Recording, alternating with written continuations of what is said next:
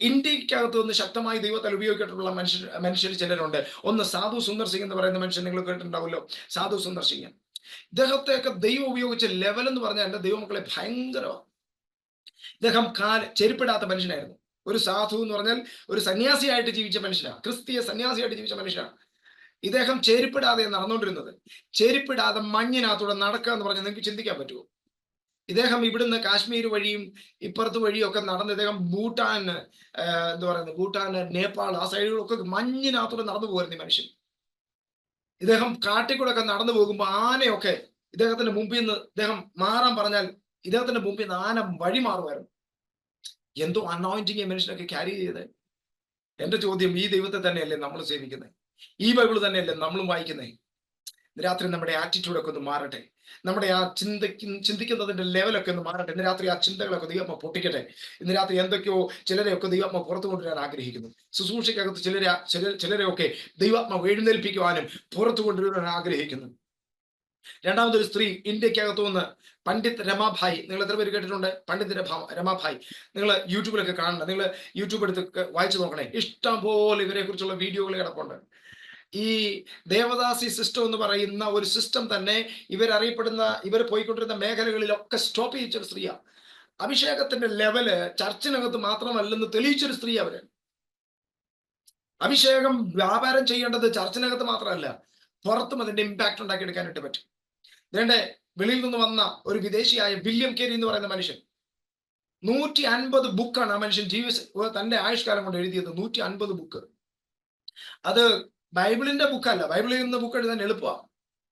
ഇന്ന് വെളിപ്പാട് കിട്ടി, ദൈവത്തിൽ നിന്ന് വെളിപ്പാട് പ്രാപിച്ച് എഴുതിയാൽ മതി ബൈബിൾ. പക്ഷേ ഇദ്ദേഹം സയൻസ്, കെമിസ്ട്രി, ബയോളജി 3 വിഷയത്തിനകത്ത് ഇദ്ദേഹം ഭയങ്കര നോളജ് ഉള്ള വ്യക്തിയായിരുന്നു.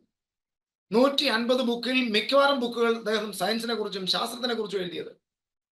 നിങ്ങളൊന്ന് ആലോചിച്ച് നോക്കി, ഒരു മനുഷ്യന് 150 ബുക്കൊക്കെ ഒരു ബുക്ക്. എനിക്കറിയാം, ഞാൻ ഇടയ്ക്ക് ബുക്ക് എഴുതാറുള്ളത്. ഞാനിപ്പോ മൂന്നാമത്തെ എൻ്റെ ഒരു ബുക്ക് എഴുതാനായിട്ട് ഇപ്പോൾ ഒരു വർഷമായിട്ട് എനിക്കത് കംപ്ലീറ്റ് ചെയ്യാൻ പറ്റില്ല. ഇങ്ങനെ അങ്ങോട്ട് ഇവിടെ യാത്രയും കാര്യങ്ങളും. ഇദ്ദേഹം എന്തുമാത്രം പ്രവർത്തനങ്ങളാണ്. സതി നിർത്തലാക്കി, ചൈൽഡ് മാരേജ് നിർത്തലാക്കി, സ്ത്രീകൾക്ക് വേണ്ടി ആദ്യമായി സ്കൂൾ തുടങ്ങി, പിന്നെ കുട്ടികൾക്ക് വേണ്ടി ആദ്യമായിട്ട് സ്കൂൾ തുടങ്ങി, അച്ചടിയുടെ യന്ത്രങ്ങൾ കൊണ്ടുവന്നു. എന്തൊക്കെ പ്രവർത്തനങ്ങൾ അദ്ദേഹം ചെയ്തത്. അക്ഷരം അറിയാത്തവരെ വിദ്യാഭ്യാസം പഠിപ്പിച്ചു, ലിപി ഉണ്ടാക്കാൻ, എന്തെല്ലാം കാര്യങ്ങൾ ഈ മനുഷ്യൻ ചെയ്തത്. നിങ്ങൾ ഇതേക്കുറിച്ചുള്ള വീഡിയോകളൊക്കെ കണ്ടു നോക്കണേ. അസാധാരണമായ നിലയിൽ ദൈവം ഉപയോഗിച്ചൊരു മനുഷ്യൻ. ഇദ്ദേഹത്തെ കുറിച്ചുള്ള ചരിത്രം വായിച്ചു നോക്കിയപ്പോൾ ഞാനിങ്ങനെ ചിന്തിക്കുകയായിരുന്നു, ഒരു മനുഷ്യന് തന്റെ ആയുസിനകത്ത് ഇത്രയും കാര്യങ്ങൾ ചെയ്യാൻ പറ്റുമോ? അതുപോലെ കാര്യങ്ങൾ ചെയ്തൊരു മനുഷ്യൻ. ദൈവമക്കളെ, ഇതൊക്കെ ദൈവകൃപയില്ലാതെ പറ്റത്തില്ല കേട്ടോ. ഇതൊക്കെ ദൈവകൃപയില്ലാതെ പറ്റത്തില്ല. ഇന്ന് രാത്രി അങ്ങനെയൊക്കെ അസാധാരണമായ കാര്യങ്ങൾ ചെയ്യാൻ വേണ്ടുന്ന ഒരു ദൈവകൃപയും ഒരു ദൈവ സാന്നിധ്യവും ദൈവത്തിന്റെ അഭിഷേകവും നമ്മുടെ എല്ലാവരുടെ പേരും വരട്ടെ എന്ന് ഞാൻ ആത്മാർത്ഥമായിട്ട് പ്രാർത്ഥിക്കുകയാണ്. ഒരു മനുഷ്യനെ കുറിച്ച് ഞാൻ പറയാൻ ആഗ്രഹിക്കുന്നു. പ്രയർ ഹൈഡ് എന്ന് പറയുന്ന, നിങ്ങൾ കേട്ടിട്ടുണ്ടോ? എത്ര പേര് കേട്ടിട്ടുണ്ടെന്ന് അറിയത്തില്ല, കേട്ട് കാണാൻ സാധ്യതയില്ല. പ്രയർ ഹൈഡ് എന്ന് പറയുന്ന ഒരു മനുഷ്യൻ, അദ്ദേഹത്തിന്റെ പേര് ജോർജ് ഹൈഡ് എന്ന. ആൾക്കാരെല്ലാം കൂടി അദ്ദേഹത്തിന്റെ പേര് കൊടുത്തതാണ് ജോർജ് ഹൈഡ്. അമേരിക്കയിൽ നിന്ന് പഞ്ചാബിന്റെ മണ്ണിൽ വന്ന് നാളുകൾ വർഷങ്ങൾ കൈ ഉയർത്തി ഒറ്റ പ്രാർത്ഥന പ്രാർത്ഥിച്ച ഒരു മനുഷ്യൻ. ദൈവമേ, പഞ്ചാബിനെ രക്ഷിക്കണമേ, പാകിസ്ഥാനെ രക്ഷിക്കണമേ. 2 പ്രാർത്ഥന വിഷയമായിരുന്നു അദ്ദേഹത്തിന്. അദ്ദേഹത്തെ കുറിച്ച് പറയുന്നത് എന്താണെന്നറിയാമോ? എല്ലാ ദിവസവും കൈ ഉയർത്തിപ്പിടിച്ച് പ്രാർത്ഥിച്ച് അദ്ദേഹത്തിന്റെ കൈ വരണ്ടു പോയെന്ന്. കൈ ബലഹീനമായി പോയി. അത്രയ്ക്ക് ആത്മഭാരത്തോടുകൂടെ കൈ ഉയർത്തിപ്പിടിച്ച് ഡെയിലി മുട്ടിന്മേൽ നിന്ന് പഞ്ചാബിന് വേണ്ടി പ്രാർത്ഥിച്ചു. ഇന്ന് നമ്മൾ പഞ്ചാബിൽ ഉണർവ് കാണുന്നുണ്ട്. പഞ്ചാബിൽ ഇന്ന് ഉണർവ് കാണുന്നു. പക്ഷേ ആ ഉണർവിന്റെ പിന്നിൽ മുട്ടിന്മേൽ നിന്ന് കൈ ഉയർത്തി പ്രാർത്ഥിച്ച ഒരു വിദേശി ദൈവദാസന്റെ പ്രാർത്ഥനയുടെ, അല്ലെങ്കിൽ ആ കണ്ണുനീരിന്റെ വിലയാണ്, അതിന്റെ റിസൾട്ടാണ് ഇന്ന് പഞ്ചാബിൽ നടക്കുന്ന ഉണർവ്. ദൈവമക്കളെ, നിങ്ങളൊക്കെ പ്രാർത്ഥിക്കാമെങ്കിൽ നിങ്ങളെയൊക്കെ ശക്തമായിട്ട് ദൈവത്തിന് ഉപയോഗിക്കാൻ പറ്റും. ശക്തമായിട്ട്. Glory to God, hallelujah. നിങ്ങളുടെയൊക്കെ പ്രാർത്ഥന, നമ്മുടെയൊക്കെ പ്രാർത്ഥന, അതിന്റെ റിസൾട്ട് രാജ്യങ്ങളിൽ ആത്മാക്കളുടെ കൊയ്ത്തായിട്ട് പുറത്തു വരും. ഞാൻ ഈ പറയുന്ന ദൂതനെ സ്വീകരിക്കാൻ ആരെങ്കിലും ഉണ്ടോ? നിങ്ങളുടെ പ്രാർത്ഥന ആത്മാക്കളുടെ കൊയ്ത്തായി പുറത്തേക്ക് വരും. Jesus, hallelujah. അതുകൊണ്ടാണ് കർത്താവ് പറഞ്ഞത്, കൊയ്ത്ത് വളരെ ഉണ്ട്. കൊയ്ത്തിലേക്ക് വേലക്കാരെ അയക്കാൻ എന്തോ ചെയ്യണം? നമ്മൾ യജമാനനോട് പ്രാർത്ഥിക്കണം. രാത്രി നമ്മുടെ ഏറ്റവും വലിയ ഉത്തരവാദിത്വം അതാണ്. കൊയ്ത്തിലേക്ക് വേലക്കാരെ അയക്കേണ്ടതിന് യജമാനനോട് യാചിക്കുക. Praise God. ഞാൻ വേഗത്തിൽ പോകട്ടെ. ഇനി നമ്മുടെ ഈ ജീവകാലത്ത് ദൈവത്താൽ ഉപയോഗിക്കപ്പെട്ട 1-2 മനുഷ്യരെ വേഗത്തിൽ ഞാൻ പറയാം. ബില്ലി ഗ്രഹാം, നമ്മുടെ ഈ കഴിഞ്ഞ അധികം നാളായില്ല അദ്ദേഹം മരിച്ചിട്ട്, അല്ലേ? ഈ 1 വർഷം കൊണ്ടായിട്ടുള്ളൂ അദ്ദേഹം മരിച്ചിട്ട്. ബില്ലി ഗ്രഹാം ലോകത്തിൽ ഏറ്റവും കൂടുതൽ ജനത്തോട് സംസാരിച്ച ഒരു മനുഷ്യനാണ് ബില്ലി ഗ്രഹാം. സാധാരണക്കാരിൽ സാധാരണക്കാരൊരു മനുഷ്യൻ, ഇത്രയും ജനത്തോട് സംസാരിക്കുകയും മില്യൺസ് ഓഫ് ആൾക്കാരെ കർത്താവിലേക്ക് കൊണ്ടുവന്നൊരു മനുഷ്യനാണ്. അടുത്തത് നിൽക്കുന്നത് റെയ്നാഡ് ബോംഗെ. ഇദ്ദേഹം ഇന്ത്യയിൽ വന്ന എത്ര പേര് ഇദ്ദേഹത്തെ കണ്ടിട്ടുണ്ട്? കൊച്ചിയിൽ ഇദ്ദേഹം വന്നിട്ടുണ്ട്. കൊച്ചിയിൽ ഞാൻ അന്ന് അദ്ദേഹത്തെ പോയി കാണുകയും അദ്ദേഹത്തിന്റെ മീറ്റിംഗ് പങ്കെടുക്കുകയും ചെയ്തിട്ടുണ്ട്. കൊച്ചിയിൽ ഈ മനുഷ്യൻ വന്നു, ആത്മമനുഷ്യൻ, അഭിഷേകത്തിന്റെ ശക്തിയിൽ ജീവിച്ച ഒരു മനുഷ്യൻ. 17 മില്യൺ ആൾക്കാരെ ആഫ്രിക്കയിൽ കർത്താവിന് വേണ്ടി നേടാൻ ദൈവത്താൽ ഉപയോഗിക്കപ്പെട്ട ഒരു അസാധാരണത്തുള്ള മനുഷ്യൻ. Praise God. ദൈവമക്കളെ, ഒരു വ്യക്തിക്ക് ഇത്രയൊക്കെ കാര്യങ്ങൾ ചെയ്യാൻ പറ്റുമോ? സാധാരണ 15 വയസ്സുള്ളപ്പോൾ ദൈവം ഒരു ദർശനം കൊടുത്ത ആഫ്രിക്കയുടെ ഭൂപടത്തിന് മേൽ യേശുവിന്റെ ഒരു തുള്ളി രക്തം വീഴുന്നു, ആഫ്രിക്ക യേശുവിന്റെ രക്തത്താൽ കഴിയപ്പെടുന്നു. അങ്ങനെ ഒരു ദർശനം കണ്ടി മനുഷ്യൻ. അന്നോട്ട് പ്രാർത്ഥിക്കാൻ തുടങ്ങി. ദൈവം ആ മനുഷ്യനെ ആഫ്രിക്കയിൽ അയച്ചു. Praise God. അടുത്തത് പോൾ യോങ്കിച്ച് എന്ന് പറയുന്ന ഒരു ദൈവദാസൻ. ദയവായിട്ട് സഹോദരങ്ങളെ, നിങ്ങൾ ഒന്ന് മ്യൂട്ട് ചെയ്ത് എന്നെ സഹായിക്കണേ പ്ലീസ്. പോൾ യോങ്കിച്ച് എന്ന് പറയുന്ന ഒരു ദൈവദാസൻ. ഞാൻ ഈ ഇദ്ദേഹത്തിന്റെ ഒരു വീഡിയോ കഴിഞ്ഞ ദിവസം കാണുകയായിരുന്നു. ഹൈസ്കൂളിൽ പഠിക്കുന്ന ഒരു പെൺകുട്ടി യേശുവിനെ കുറിച്ച് ഈ മനുഷ്യനോട് പറഞ്ഞതാ. TB പിടിച്ചിട്ട് എഴുന്നേക്കാൻ മേലാതെ രക്തം ഛർദ്ദിച്ച് കിടക്കുന്ന മനുഷ്യന്റെ അടുക്കൽ വന്നിട്ട് യേശുവിനെ കുറിച്ച് പറഞ്ഞു. ബുദ്ധനോട് പ്രാർത്ഥിച്ച് മടുത്തിരിക്കുമ്പോഴാണ് ഇങ്ങനെ ഒരു പെൺകുട്ടി വന്നിട്ട് യേശുവിനെ കുറിച്ച് പറയുന്നത്. അദ്ദേഹം യേശുവിനെ കുറിച്ച് വായിക്കാൻ തുടങ്ങി, പഠിക്കാൻ തുടങ്ങി, യേശുവിനോട് പ്രാർത്ഥിക്കാൻ തുടങ്ങി. ഏതെങ്കിലും ദൈവം ജീവനോടുണ്ടെങ്കിൽ എന്നെ രക്ഷിക്കാൻ പറഞ്ഞു. അങ്ങനെ ഇരുന്ന് പ്രാർത്ഥിച്ചുകൊണ്ടിരിക്കുമ്പോഴാണ് പെൺകുട്ടി വന്ന് യേശുവിനെ കുറിച്ച് പറയുന്നത്. ആ മനുഷ്യൻ രക്ഷിക്കപ്പെട്ടു. 7 ലക്ഷം ആൾക്കാരെ സൗത്ത് കൊറിയയിൽ കർത്താവിന് വേണ്ടി നേടിയ മനുഷ്യനാണ്. 7 ലക്ഷം ആൾക്കാരെ കർത്താവിന് വേണ്ടി സൗത്ത് കൊറിയയിൽ നേടിയ മനുഷ്യൻ. Praise God. ദേണ്ടിരിക്കുന്ന ഒരു മനുഷ്യൻ DJS ദിനകരൻ എന്ന് പറഞ്ഞ ഇന്ത്യയിൽ നിന്ന്, നമുക്കെല്ലാം ഇദ്ദേഹത്തെ കണ്ടിട്ടുണ്ടോ? ആരെങ്കിലും ഒക്കെ എത്ര പേര് കണ്ടിട്ടുണ്ട്? അദ്ദേഹത്തിന്റെ മീറ്റിംഗ് കൂടിയിട്ടുണ്ടോ? കമ്പാഷൻ, കർത്താവിന്റെ കരുണ ഹൃദയത്തിൽ ഭവിച്ചൊരു മനുഷ്യനാണ്. ഇദ്ദേഹത്തിന്റെ മീറ്റിംഗ് കൂടിയ കരയാത്ത ആൾക്കാരില്ല. കമ്പാഷൻ, കർത്താവിന്റെ ആ ഹൃദയത്തിന്റെ കമ്പാഷൻ. നിങ്ങൾ ആ പാട്ട് കേട്ടിട്ടുണ്ടാവും, യേശു അളയ്ക്കിറാറുകൾ, യേശു അളയ്ക്കിറാർ, യേശു വിളിക്കുന്നു എന്ന് പറഞ്ഞ പാട്ട്. ആ പാട്ടൊക്കെ ഇദ്ദേഹം പാടിയാൽ അലിയാത്തവന്റെ ഹൃദയം അലിഞ്ഞു പോകും. ഒറ്റ പാട്ട്. അദ്ദേഹം വലിയ ശക്തനായ പ്രസംഗമൊന്നുമല്ല, സിമ്പിൾ യേശുവിന്റെ ചില സൗഖ്യത്തിന്റെ സ്റ്റോറി ഒക്കെ പറഞ്ഞ് ചെറിയ സന്ദേശങ്ങൾ കൊടുക്കുന്ന മനുഷ്യനാണ്. പക്ഷെ അതുണ്ടാക്കുന്ന ഇമ്പാക്ട് ഭയങ്കരമാണ്. ദൈവമക്കളെ, നമ്മൾ പഠിച്ചു പറയുന്ന വലിയ തിയോളജി ഒന്നും അല്ല ആൾക്കാരെ മാറ്റുന്നത്. നമ്മൾ പറയുന്നതിനകത്ത് വ്യാപരിക്കുന്ന ദൈവ സാന്നിധ്യം, നമ്മൾ ദൈവമായിട്ടുള്ള ബന്ധമാണ്. ഈ മനുഷ്യനെ കുറിച്ച് ഒരു ചരിത്രം ഞാൻ പറഞ്ഞ് അവസാനിപ്പിക്കാം. എല്ലാവരും ശ്രദ്ധയോടൊന്ന് കേൾക്കണേ. എൻ്റെ പിതാവിനോട് പറഞ്ഞ ഒരു കഥയാണ്. അദ്ദേഹത്തെ കുറിച്ച് അദ്ദേഹം വായിച്ചിട്ട് എൻ്റെ പപ്പനോട് പറഞ്ഞൊരു സ്റ്റോറിയാണ്. ഈ മനുഷ്യന് പ്രായമായ സമയത്ത് പ്രാർത്ഥിക്കുന്നത് ഭയങ്കര ആത്മദാഹമുള്ള ഒരു മനുഷ്യനായിരുന്നു. പ്രാർത്ഥിക്കാൻ ഭയങ്കര ആവേശമുള്ള മനുഷ്യനായിരുന്നു. ഇദ്ദേഹം പ്രായമായി കഴിഞ്ഞപ്പോൾ മുട്ടയിൽ നിന്ന് പ്രാർത്ഥിക്കാനുള്ള ആഗ്രഹം കൊണ്ട് നിൽക്കാനുള്ള കഴിവില്ല. നിൽക്കാൻ അദ്ദേഹത്തിന് തന്റെ ശരീരത്തിന് ബലമില്ല. അദ്ദേഹം എന്ത് ചെയ്യുന്നറിയാമോ? ഇങ്ങനെ മുട്ട കുത്തി നിന്നിട്ട് കൈ ഇങ്ങനെ വെക്കാൻ പരുവത്തിൽ അദ്ദേഹം ഒരു സ്റ്റാൻഡ് ഉണ്ടാക്കിച്ചു. തടി കൊണ്ടൊരു സ്റ്റാൻഡ് ഉണ്ടാക്കിയിട്ട് ആ സ്റ്റാൻഡിൽ ഇങ്ങനെ കൈവച്ചിട്ടാണ് അദ്ദേഹം എല്ലാ ദിവസവും നിന്ന് പ്രാർത്ഥിക്കുക. അദ്ദേഹത്തിന്റെ പ്രാർത്ഥന മുറിയും. ഓരോ മണിക്കൂറും കഴിയുമ്പോൾ അദ്ദേഹത്തിന് ചായയും വെള്ളവും കൊടുക്കുന്ന ഒരു പയ്യനുണ്ടാവും ഓഫീസിൽ. ആ പയ്യൻ വെള്ളവും ചായയും ഓരോ മണിക്കൂർ ഇടവിട്ട് കൊണ്ട് കൊടുക്കും. അങ്ങനെയാണ് അദ്ദേഹത്തിന്റെ ഡെയിലിയിലെ പ്രാർത്ഥന നടക്കുന്നത്. ഒരു ദിവസം ആ വെള്ളം കൊടുക്കാൻ ആ പയ്യൻ ആ മുറിക്കകത്തേക്ക് കതക് തുറന്ന് കയറി വരുമ്പോൾ ആ മനുഷ്യൻ കാണുന്ന ആ സഹോദരൻ കാണുന്നത് ഈ ദൈവദാസൻ എങ്ങനെ മുട്ടിന്മേൽ നിൽക്കുന്നുവോ അതുപോലെ അദ്ദേഹത്തിന്റെ മുൻപിൽ ഇദ്ദേഹത്തെ ഫേസ് ചെയ്തുകൊണ്ട് ഒരു ദൂതൻ അങ്ങനെ തന്നെ ഇദ്ദേഹത്തെ ഫേസ് ചെയ്തുകൊണ്ട് നിൽക്കുക. ഈ മനുഷ്യൻ അറിയുന്നില്ല, ഇദ്ദേഹം ആത്മാവിൽ പ്രാർത്ഥിച്ചുകൊണ്ടിരിക്കുക. അദ്ദേഹത്തിന്റെ മുമ്പിൽ ദൂതൻ നിൽക്കുക. ദൈവമക്കളെ, നമ്മുടെയൊക്കെ പ്രാർത്ഥന മുറിക്കകത്ത് ഇങ്ങനെയൊക്കെയുള്ള അനുഭവങ്ങളുണ്ട്. ദൂതന്മാരുടെ എൻകൗണ്ടേഴ്സ് ഉണ്ടാകട്ടെ. അതൊക്കെ ഉണ്ടാവുമോ? നിങ്ങൾ ഓർക്കുന്നുണ്ടോ? 10-ാം അധ്യായം, അപ്പോസ്തല പ്രവൃത്തി 10-ാം അധ്യായത്തിൽ കൊർന്നല്യോസിനെ കുറിച്ച് വായിക്കുന്ന ഒരു ഭാഗമുണ്ട്. കൊർന്നല്യോസ് 9-ാം മണി നേരം പകൽ സമയത്ത് പകൽ പ്രാർത്ഥിച്ചുകൊണ്ടിരിക്കുമ്പോൾ അവിടെ എഴുതിയിരിക്കുന്നത് എങ്ങനെയാണ്? ഒരു ദൂതൻ തന്റെ മുറിക്കകത്തേക്ക് പ്രാർത്ഥനാ സമയത്ത് നടന്നു വരുന്നത് സ്പഷ്ടമായി കണ്ടു. Praise God. ദൈവമക്കളെ, നിങ്ങളൊന്ന് ആലോചിക്കുക. നിങ്ങൾ പ്രാർത്ഥിച്ചുകൊണ്ടിരിക്കുന്ന മുറിക്കകത്തേക്ക് ദൂതൻ നടന്നു കയറി വരുന്നാൽ എന്തുമായിരിക്കും അവസ്ഥ? ദൂതന്മാരൊക്കെ വരുന്നുണ്ട്, നമ്മൾ അറിയുന്നില്ലെന്നേ ഉള്ളൂ. ഇന്ന് രാത്രി ചിലരുടെ കണ്ണുകൾ തുറക്കട്ടെ. പിന്നെ ഞാൻ ഒരു യൂത്ത് മീറ്റിംഗ് ഞാൻ ഈ സന്ദേശമൊക്കെ പറഞ്ഞിട്ട് അവസാനം പ്രാർത്ഥിക്കുന്ന സമയത്ത് ഇന്ന് രാവിലെ ആ പയ്യൻ എനിക്ക് മെസ്സേജ് അയച്ചിട്ട് പറഞ്ഞു, പാസ്റ്റർ പ്രാർത്ഥിക്കുന്ന സമയത്ത് എല്ലാവരും ഒരു പാട്ട് പാടി ഞങ്ങൾ ഇങ്ങനെ പ്രാർത്ഥിച്ചുകൊണ്ടിരിക്കുക. ആരോ എന്നെ വ്യക്തമായി സ്പർശിക്കുന്നത് ഞാൻ അനുഭവിച്ചു എന്ന് പറഞ്ഞു. വ്യക്തമായ ഒരു കാര്യം എന്റെ മേൽ വീഴുന്നത് ഞാൻ അനുഭവിച്ചു എന്ന് പറഞ്ഞു. ദൈവമക്കളെ, നമ്മൾ ഈ പറയുന്ന പ്രസംഗങ്ങളും നമ്മൾ ഈ പറയുന്ന സന്ദേശം ഇതൊന്നും ചുമ്മാതല്ല, ദൈവ സാന്നിധ്യമുണ്ട്. ഇന്ന് രാത്രി ആർക്കങ്ങനെ ഒരു ആത്മദാഹത്തോടെ ദാഹത്തോടെ പരിശുദ്ധാത്മാവിനെ കുറിച്ച് ദാഹിക്കാനാണ് പറഞ്ഞേക്കുന്നത്. പരിശുദ്ധാത്മാവിന് വേണ്ടി ദാഹിക്കാനാണ് പറഞ്ഞേക്കുന്നത്. അങ്ങനെ അടങ്ങാത്തൊരു ദാഹം ഇന്ന് രാത്രി ആരുടെയെങ്കിലും ഹൃദയത്തിനകത്ത് ഉരുവായിട്ടുണ്ടെങ്കിൽ നിങ്ങളുടെ മുറിയിൽ ദൂതന്മാർ ഇറങ്ങി വരും. ദൈവസാന്നിധ്യം നിങ്ങളുടെ മുറിക്കകത്ത് ഇറങ്ങി വരുന്നത് നിങ്ങൾക്ക് കാണാൻ പറ്റും. Praise God. ഒന്ന് രണ്ട് ദൈവദാസന്മാരെ കുറിച്ച് വേഗത്തിൽ പറഞ്ഞ് ഞാൻ അവസാനിപ്പിക്കട്ടെ. ആദ്യം കാണുന്നത് ക്രിസ് എന്ന് പറയുന്ന ദൈവദാസൻ, ക്രിസ് അയാക്കിലോമൈൻ. ഇന്ന് ലോകത്തിൽ ശക്തമായി ദൈവത്താൽ ഉപയോഗിക്കപ്പെടുന്ന ആഫ്രിക്കയിൽ നിന്നുള്ള ഒരു മനുഷ്യനാണ്. ഞാൻ കഴിഞ്ഞ ദിവസം സൗത്ത് ആഫ്രിക്കയിൽ പോയപ്പോൾ ഇദ്ദേഹത്തിന്റെ കൂടെ ഇദ്ദേഹത്തിന് വേണ്ടി മീറ്റിംഗ് ഓർഗനൈസ് ചെയ്തുകൊണ്ടിരുന്ന കുറെ ആൾക്കാരെ കാണാനിടയായി. ഇദ്ദേഹത്തിന്റെ പല മീറ്റിംഗുകൾ അറ്റൻഡ് ചെയ്തിട്ടുള്ള കുറെ ആൾക്കാർ, ഇദ്ദേഹത്തിന്റെ ലീഡർഷിപ്പിൽ ഉണ്ടായിരുന്ന ആൾക്കാർ. അവർ പറയുന്നത് കേട്ട് ഞാൻ അമ്പരന്ന് നിന്നുപോയി.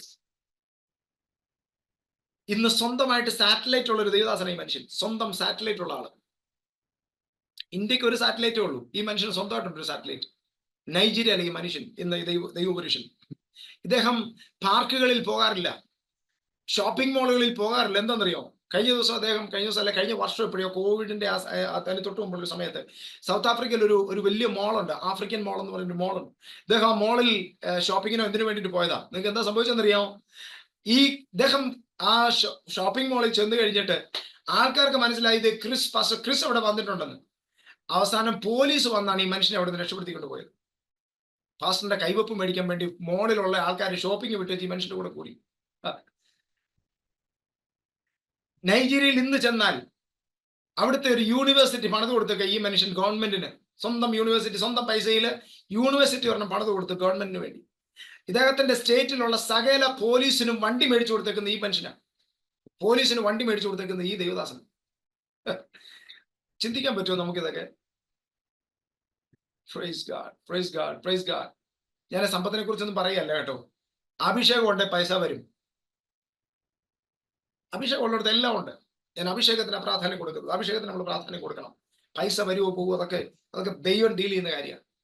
ഒരു അഭിഷേകത്തിനകത്ത് പത്രോസിന്റെ ഒക്കെ കാലത്ത് അതല്ലേ സംഭവിച്ചത്. പത്രോസൊക്കെ അനോയിന്റിങ്ങിൽ ഫോക്കസ് ആയിരുന്നു. പത്രോസ് ഒന്നും പൈസയെ കുറിച്ച് പ്രസംഗിച്ചിട്ടില്ല, പക്ഷെ പത്രോസിന്റെ ഒക്കെ കാൽക്കെ കൊണ്ട് പൈസ വെക്കുകയായിരുന്നു. എന്തുവാണ് അഭിഷേകത്തിന്റെ ലെവല്? ഇദ്ദേഹത്തെ കുറിച്ച് പറയാൻ ഒത്തിരി ഉണ്ടെങ്കിൽ ഞാൻ അങ്ങോട്ട് പോകുന്നില്ല. ഇദ്ദേഹം ബീച്ചിലൊന്നും പോകാറില്ല, കാരണം ആൾക്കാരോട് കൂടി പ്രാർത്ഥിക്കാൻ വേണ്ടി പറഞ്ഞു. ഇദ്ദേഹത്തിന് സ്വസ്ഥമായിട്ടിരിക്കാൻ പറ്റത്തില്ലേ. എന്തോ ശക്തമായ അഭിഷേകം ക്യാരി ചെയ്യുന്ന മനുഷ്യനാണ്. അസാധാരണമായി ദൈവം ഇന്ന് ഉപയോഗിക്കുന്ന, ഇന്ന് ജീവനോടുള്ള ദൈവദാസനെ കുറിച്ച് ഞാൻ പറയുന്നത്. നമ്മൾ ഇത്ര നേരം പറഞ്ഞുകൊണ്ടുവന്ന എന്താ? പഴയ നിയമത്തിൽ ദൈവം ഉപയോഗിച്ച മനുഷ്യരെ കുറിച്ച് നമ്മൾ പറഞ്ഞു, പുതിയ നിയമത്തിൽ ദൈവം ഉപയോഗിച്ച മനുഷ്യരെ കുറിച്ച് പറഞ്ഞു.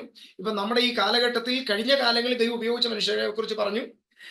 ഇപ്പം ദൈവം ഉപയോഗിച്ചുകൊണ്ടിരിക്കുന്ന ആൾക്കാരെ കുറിച്ച് പറഞ്ഞു. ഇന്ത്യയിൽ നിന്നുള്ള ആൾക്കാരെ കുറിച്ച് പറഞ്ഞു. ഇന്ത്യയിൽ നിന്നുള്ള രണ്ടാമത്തെ മനുഷ്യനാ സതീഷ് കുമാർ എന്ന് പറയുന്ന മനുഷ്യനെ കുറിച്ച്. ഹൈദരാബാദിൽ 1,00,000-ലധികം ആൾക്കാർ കൂടുന്ന ചർച്ചുള്ള ദൈവദാസൻ. അവിടെ ഹീലിംഗും ഇല്ല, ചങ്കായിയും ഇല്ല, സംഭവങ്ങളൊന്നുമില്ല. പ്യൂറായ ദൈവദിനം പ്രസംഗിക്കും. ആൾക്കാർ വളരെ അസാധാരണമായി സൗഖ്യമാകും. ചർച്ച 51 ദിവസം കൊണ്ട് അദ്ദേഹം പണിതൊരു ചർച്ച. അത് റൈറ്റ് സൈഡിൽ കാണുന്നത്, നിങ്ങൾ കാണുന്നുണ്ടോ? Praise God. Okay, Johnson Varghese എന്ന് പറയുന്ന ദൈവദാസനെ കുറിച്ച് നിങ്ങൾക്ക് അറിയാം, ബാംഗ്ലൂരിലുള്ളത്. ശക്തമായി ദൈവസന്നിധിയിൽ ഇരുന്ന് കരയുകയും പ്രാർത്ഥിക്കുകയും ചെയ്യുന്ന ഒരു മനുഷ്യൻ, ദൈവമായിട്ട് അസാധാരണമായ ബന്ധം പുലർത്തുന്ന ഒരു മനുഷ്യൻ. Praise God. ചുരുങ്ങിയ സമയം കൊണ്ട് അദ്ദേഹത്തിന്റെ ചർച്ചിൽ 5,000-ലധികം ആൾക്കാർ, ഇപ്പൊ എത്ര പേരുണ്ടെന്ന് എനിക്കറിയില്ല, കോവിഡിന്റെ ആ സമയങ്ങളിൽ 5,000-ലധികം ആൾക്കാരുണ്ട് അദ്ദേഹത്തിന്റെ ചർച്ചിൽ മാത്രം. അദ്ദേഹത്തിന്റെ പിതാവിന്റെ ചർച്ചിൽ വേറെ ആൾക്കാരുണ്ട്, പക്ഷെ ഇദ്ദേഹത്തിന്റെ ചർച്ചിൽ ഇംഗ്ലീഷ് സർവീസിനകത്ത് കൂടുന്ന ആൾക്കാർ 5,000-ന് മേളിലായിരുന്നു. ഞാൻ ഇത്രയും കാര്യങ്ങൾ പറഞ്ഞതിന്റെ ചുരുക്കത്തിലേ ഉള്ളൂ. കഴിഞ്ഞ കാലങ്ങളിൽ ദൈവം അനേകർ ഉപയോഗിച്ചിട്ടുണ്ട്. ബൈബിളിനകത്തുനിന്നും പുറത്തുനിന്നും ഒക്കെ നമ്മൾ കണ്ടു. കഴിഞ്ഞ കാലങ്ങളിൽ ദൈവം ഉപയോഗിച്ചവരെ നമ്മൾ കണ്ടു. ഇപ്പോൾ ദൈവം ഉപയോഗിച്ചുകൊണ്ടിരിക്കുന്നവരെ കണ്ടു. ഞാൻ ചോദിക്കാൻ ആഗ്രഹിക്കുന്ന ഒരു കാര്യം, who will be the next? ദൈവം ഈ തലമുറയിൽ ഇനിയും ആളുകളെ ഉപയോഗിക്കാൻ ആഗ്രഹിക്കുന്നുണ്ട്. ആരായിരിക്കും അത്? Praise God. ആരായിരിക്കും അത്? ഞാൻ എൻ്റെ വാക്കുകൾ ഇവിടെ അവസാനിപ്പിക്കാൻ ആഗ്രഹിക്കാം. ഒന്ന് രണ്ട് കാര്യങ്ങൾ ഞാൻ വേഗത്തിൽ പറഞ്ഞ അവസാനിപ്പിക്കാം. ദൈവം ഈ കാലഘട്ടത്തിൽ ചിലരെ ഉപയോഗിക്കാൻ ആഗ്രഹിക്കുന്നുണ്ട്. ആരതിനു വേണ്ടി തയ്യാറാകും എന്നാണ് എൻ്റെ ചോദ്യം. നിങ്ങൾ യിരെമ്യാ പ്രവാചകന്റെ പുസ്തകത്തിലേക്ക് ഒന്ന് വന്നേ. കഴിയുന്നവരൊക്കെ ഉണ്ട്, നിങ്ങളൊന്ന് വീഡിയോ ഒന്ന് ഓൺ ചെയ്ത് ഒന്നിച്ചൊന്ന് പ്രാർത്ഥിക്കാം. യിരെമ്യാവിന്റെ പുസ്തകത്തിലേക്ക് ഒന്ന് വന്നേ. നിങ്ങളുടെ ചിന്ത അങ്ങോട്ടൊന്ന് കൊണ്ടുവന്നിട്ട് പ്രാർത്ഥിച്ച് ഞാൻ അവസാനിപ്പിക്കാൻ ആഗ്രഹിക്കാം. ഇനി ഇതിന്റെ രണ്ടാമത്തെ ഭാഗം അടുത്ത പ്രാവശ്യം ഞാൻ വരുമ്പോൾ സംസാരിക്കാം. ഇന്നിപ്പോ സമയം എനിക്ക് 7 മണിക്ക് മറ്റൊരു മീറ്റിംഗ് ഉണ്ട്. അതുകൊണ്ട് ഞാൻ എനിക്ക് അത്യാവശ്യമായിട്ട് അങ്ങോട്ട് പോകേണ്ടതുകൊണ്ട് ഞാൻ ഇവിടെ നിർത്തുകയാണ്. ഇനി ഒരു ദിവസം നമ്മൾ ഇതിന്റെ ബാക്കിയുള്ള ഭാഗം കൂടെ സംസാരിക്കും. യിരെമ്യാ പ്രവാചകന്റെ പുസ്തകം 1-ാം അധ്യായം. യിരെമ്യാവിനോട് ദൈവം പറയുന്ന ഒരു വലിയ ആഴമേറിയ ഒരു കാര്യമുണ്ട്. ഒന്ന് വായിക്കാമോ? 1-ാം അധ്യായത്തിന്റെ 5-ാമത്തെ വാക്യം. യിരെമ്യാ പ്രവാചകന്റെ പുസ്തകം 5-ാം അധ്യായം 1-ാം വാക്യം. സോറി, നിന്നെ ഉദരത്തിൽ ഉരുവാക്കിയതിനു മുമ്പേ ഞാൻ നിന്നെ അറിഞ്ഞു. നീ ഗർഭപാത്രത്തിൽ നിന്ന് പുറത്തു വന്നതിന് മുമ്പേ ഞാൻ നിന്നെ വിശുദ്ധീകരിച്ചു. ജാതികൾക്ക് പ്രവാചകനായി നിയമിച്ചിരിക്കുന്നു. സിസ്റ്ററെ, ഒരു നിമിഷം ഒന്ന് ശ്രദ്ധിച്ചു. എല്ലാവരും നിങ്ങളുടെ ബൈബിളിൽ ഒന്ന് നോക്കി. എല്ലാവരും നിങ്ങളുടെ ബൈബിളിൽ ഒന്ന് നോക്കി. എന്നിട്ട് യിരെമ്യാവിനെ അങ്ങോട്ട് മാറ്റി നിർത്തിയിട്ട് നിങ്ങളുടെ കാര്യമാണ് ഈ വായിക്കുന്നതെന്ന് ചിന്തിക്കണം കേട്ടോ. എല്ലാവരും കഴിയുന്നവരൊക്കെ വീഡിയോ ഓൺ ചെയ്യാമോ പ്ലീസ്? ഒരു 5-10 മിനിറ്റ് വീഡിയോ ഓൺ ചെയ്യാമോ എല്ലാവരും? നമുക്ക് ഒരുമിച്ച് പ്രാർത്ഥിക്കാം. എല്ലാ പരിപാടിയും ഒന്ന് മാറ്റി വെച്ചിട്ട് ഒന്ന് വന്നേ please.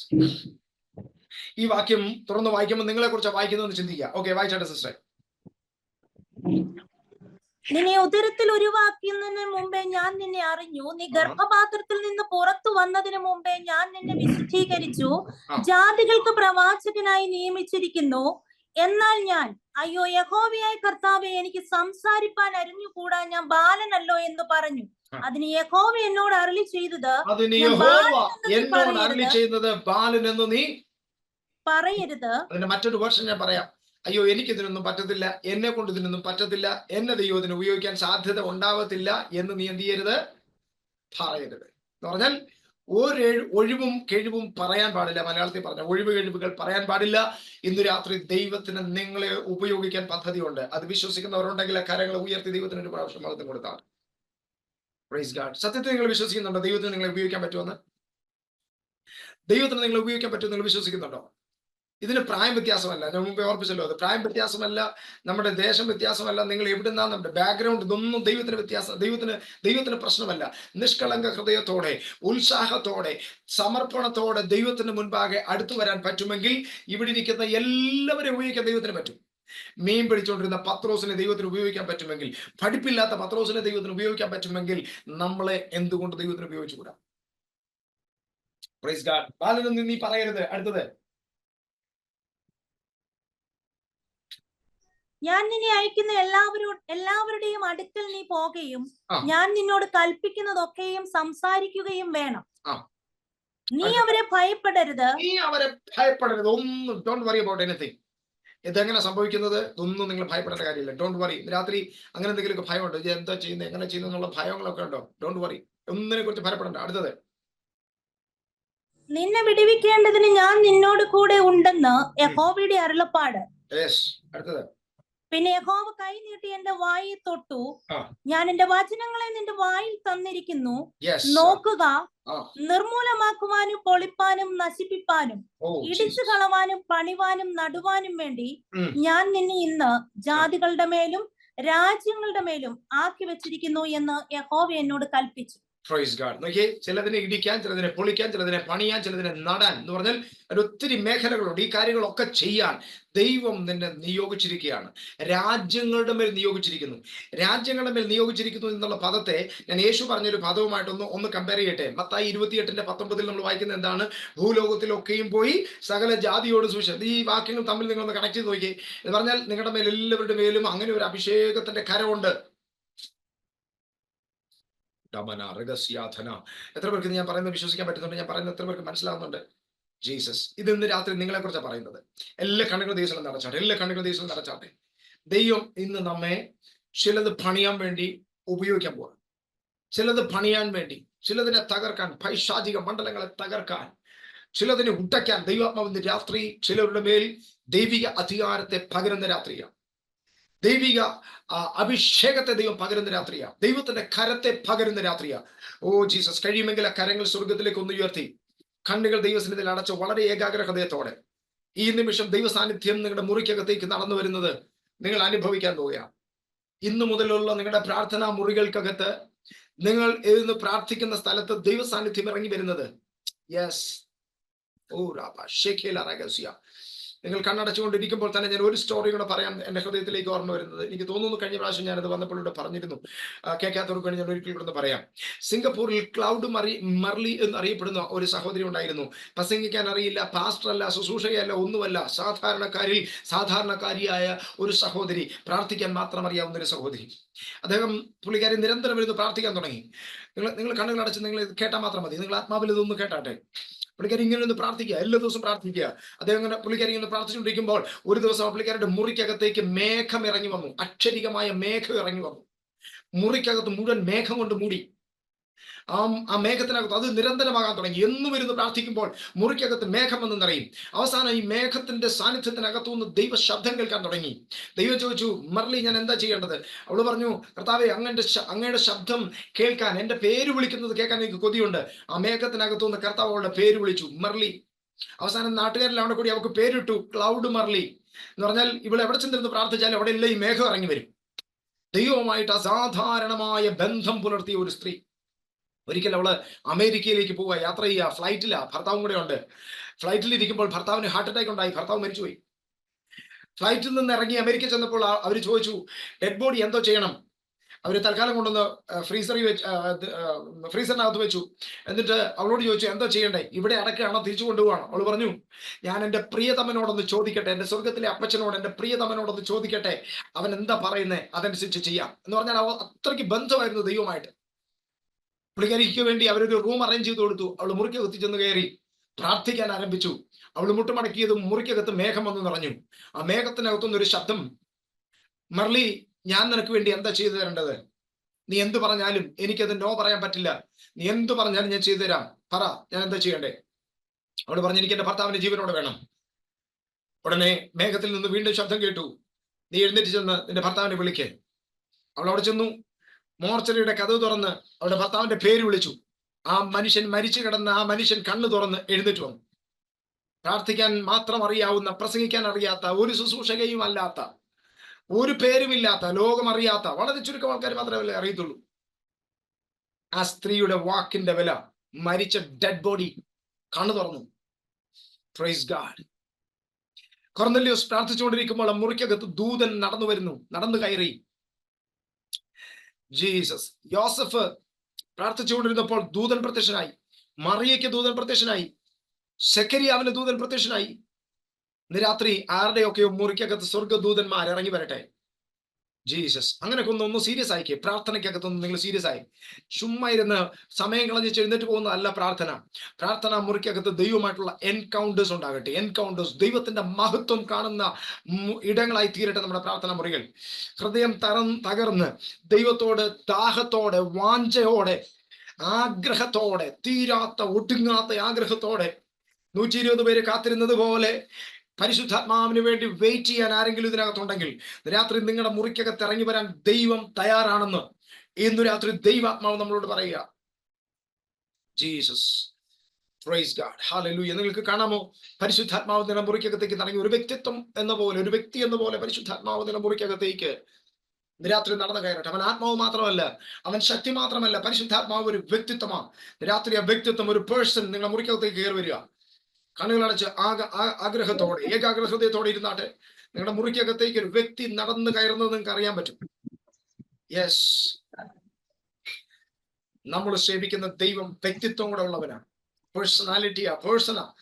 He can walk in your room. നിങ്ങളുടെ മുറിക്കകത്തേക്ക് അവന് നടന്നു കയറാൻ പറ്റും. യേശുവിന്റെ നാമത്തിൽ ഇന്ന് രാത്രി ഇത് സംഭവിക്കട്ടെ. യേശുവിന്റെ നാമത്തിൽ. യേശുവിന്റെ നാമത്തിൽ ചില മുറിക്കകത്തൊക്കെ അപ്പോസ്തലർ പ്രവൃത്തി 2-ാം അധ്യായത്തിൽ വായിക്കുന്നത് പോലെ അഗ്നിജ്വാല പോലെ പിളർന്നിരിക്കുന്ന നാവുകൾ പ്രത്യക്ഷമായി അവർ കണ്ടു. അവരിൽ ഓരോരുത്തരുടെ മേൽ പതിഞ്ഞു. അവരുടെ ശരീരം കൊണ്ട് അവർ അറിഞ്ഞു. രാത്രി അങ്ങനെ ഒരു സൂപ്പർ നാച്ചുറൽ എക്സ്പീരിയൻസ് നമ്മുടെ എല്ലാവരുടെയും മുറികളിലും ശരീരങ്ങളിലും ഉണ്ടാകട്ടെ.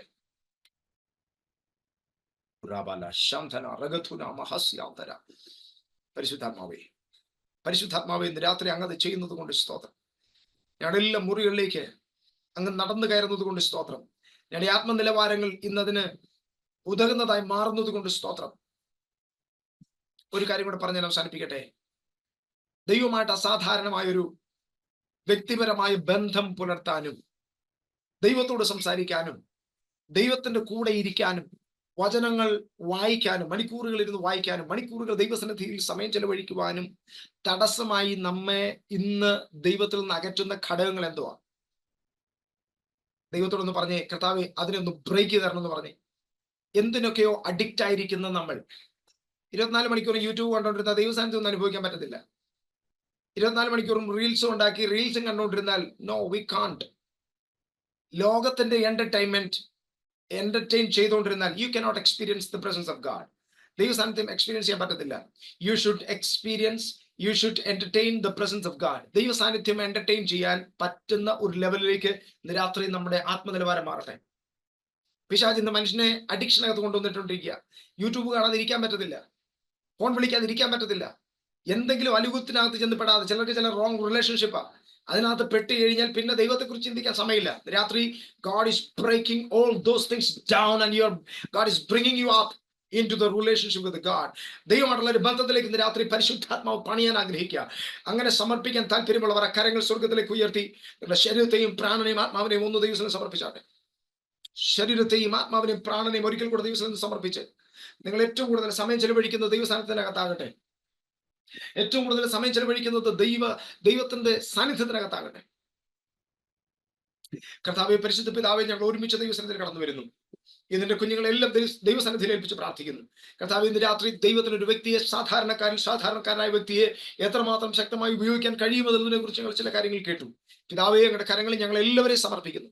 ഇന്നു മുതൽ അസാധാരണമായ ദൈവ സാന്നിധ്യത്തിന്റെ പേഴ്സണാലിറ്റി എക്സ്പീരിയൻസ്, ആ പേഴ്സൺ എക്സ്പീരിയൻസ് ഞങ്ങളുടെ ലൈഫിൽ ഉണ്ടാകാൻ കൃപ ചെയ്യണമേ. ഇന്നു തൊട്ട് ഞങ്ങൾ എല്ലാവരും എടുത്ത് പ്രാർത്ഥിക്കുമ്പോൾ മുറിക്കകത്ത് ദൂതന്മാരുടെ സാന്നിധ്യവും മുറിക്കകത്ത് ദൈവത്തിന്റെ ആത്മാവിന്റെ സാന്നിധ്യവും വ്യക്തിപരമായി ശക്തമായി tangible presence of God experience ചെയ്യാൻ ഞങ്ങൾക്ക് കൃപ തരുവാൻ ഞങ്ങൾ പ്രാർത്ഥിക്കുന്നു. ഇന്നു തൊട്ട് ഞങ്ങളുടെ പ്രാർത്ഥനയുടെ നിലവാരം മാറട്ടെ, ഞങ്ങളുടെ ചിന്തകളുടെ ആ ഒരു ലെവൽ മാറട്ടെ.